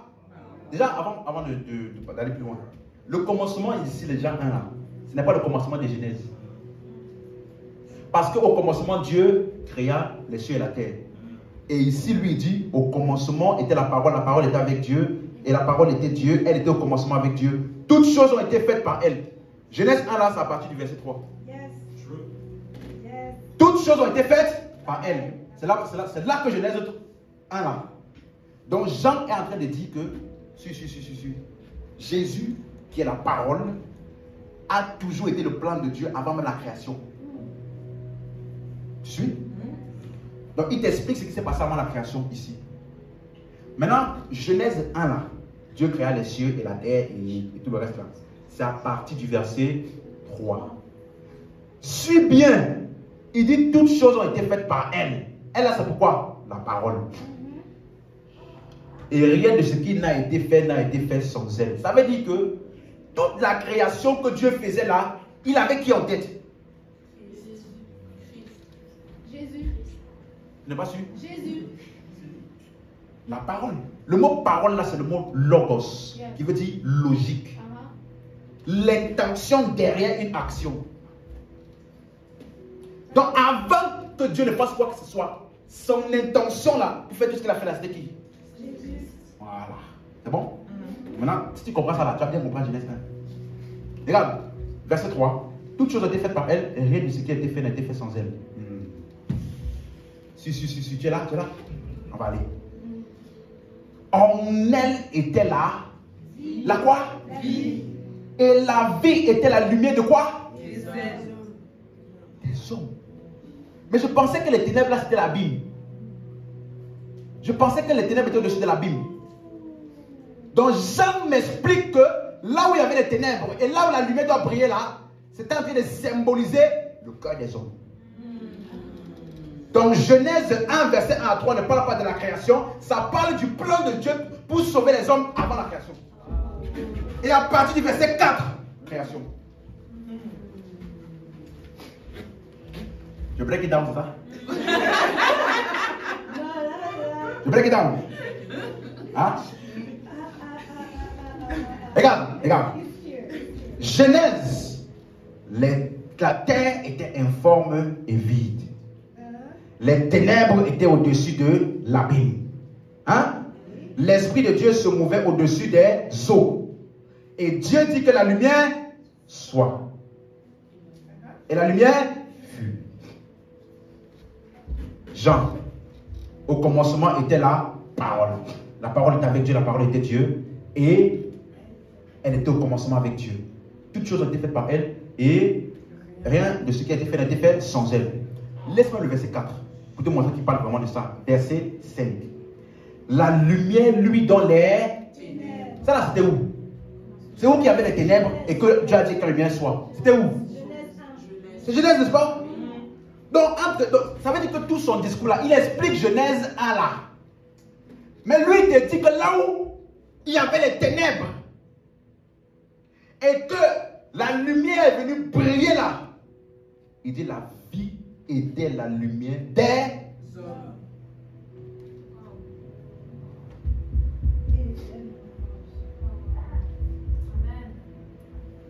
La lumière vit dans les ténèbres et les ténèbres n'ont point. Bon, j'ai l'impression que tu as encore un petit combat intérieur. Donc je vais t'aider encore plus. 2 Corinthiens 4. 2 Corinthiens 4. Je vous ai dit, c'est comme Moïse voyait était une vision. Donc, lui là, il n'a pas mis l'interprétation.